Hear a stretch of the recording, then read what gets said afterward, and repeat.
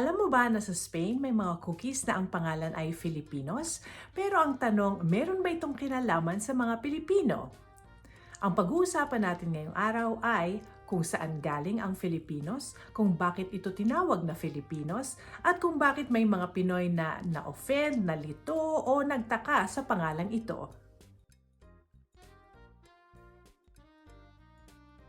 Unahin muna natin, ano ba talaga ang Filipinos cookies?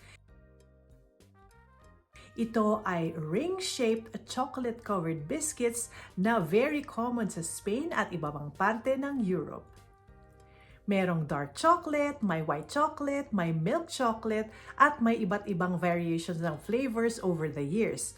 Ang paborito ko dito ay yung dark chocolate at ito yung madalas kong binibili. Ito, Filipinos dark chocolate o chocolate negro.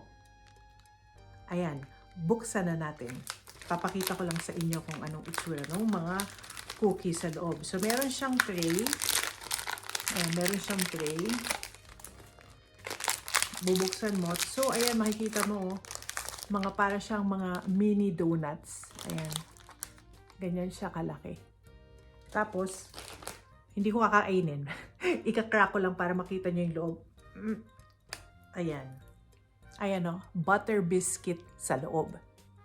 Sa sobrang sikat nito, nagkaroon na to ng ice cream version na gawa ng cornetto. Tapos, naging topping na rin ito ng McFlurry ng McDonald's.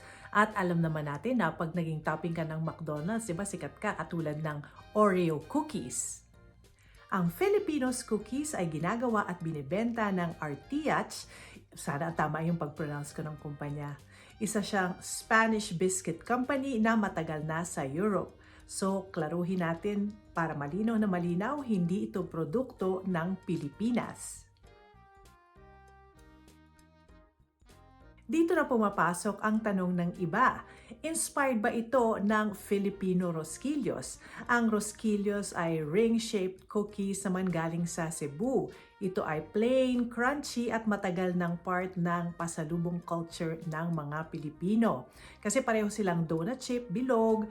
So minsan, akala ng iba, merong connection ang dalawa. Pero para maging accurate, walang historical evidence na nagsasabing ang Spanish Filipinos cookies ay inspired by Rosquillos.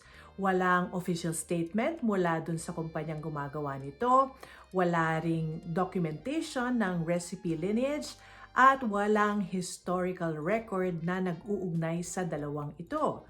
Meron lang talaga silang parehong hugis, pero very common din naman na ang ring-shaped biscuits dito sa Europa.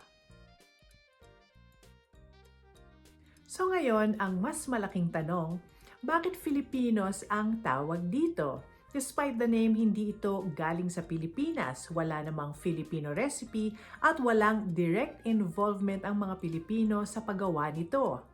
Sa totoo lang, hindi naman malinaw ang exact reason kung bakit ito yung pangalan ng cookies na ito kasi yung kumpanya mismo ay hindi naglalabas ng official explanation para sa pangalang ito.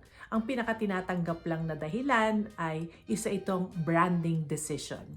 Sa Europe, especially nung panahon na nilaunch ang produktong ito noong early 1900s, ang salitang Filipinos ay madaling tandaan, kakaiba sa pandinig, at may historical reference para sa mga Espanyol. Importanteng linawin na interpretation lang ito, hindi ito official na pahayag ng brand. In short, hindi Filipinos ang pangalan nito dahil Filipino ang recipe, kundi naging pang-marketing ang function ng pangalang ito. Noong late 1990s, nagkaroon ng official concern ng isang Filipino lawmaker. Naghain siya ng resolution urging the Philippine government to raise the issue diplomatically to Spain dahil ginagamit daw ang salitang Filipinos para sa isang produktong wala namang kinalaman sa Pilipinas. Ayon sa kanya, these food items could be called any other label but they chose our identity and are making money from it. Pero may iba ring Filipino officials na hindi naman na-offend. Ayon dun sa Foreign Affairs Secretary at that time, wala naman daw masama dun sa pangalan at kinumpara pa ito sa ibang klase ng pagkain na meron ding pangalan na nakabase sa isang lugar o nationality, halimbawa yung Vienna sausage. Hanggang ngayon, halo-halo pa rin yung reaction sa mga tao pag nakikita nila ang cooking ito. Halimbawa, pumunta sila dito sa Espanya o may nagdala ng Filipinos sa Pilipinas. Yung iba, natatawa lang doon sa pangalan, natutuwa sila. Yung iba, nagiging curious. Yung iba, ine-enjoy na lang yung cookie. May iba naman na nalilito sa pangalan at yung iba naman nagsasabing sana mas malinaw na lang kasi yung explanation ng kumpanya tungkol dun sa pangalan ng cookie. Tapos meron din naman na nagbibiro na lang at sinasabing, well, meron namang Spanish bread sa Pilipinas, so hayaan na lang natin silang magkaroon ng Filipinos cookies sa Espanya. Ikaw, ano sa tingin mo?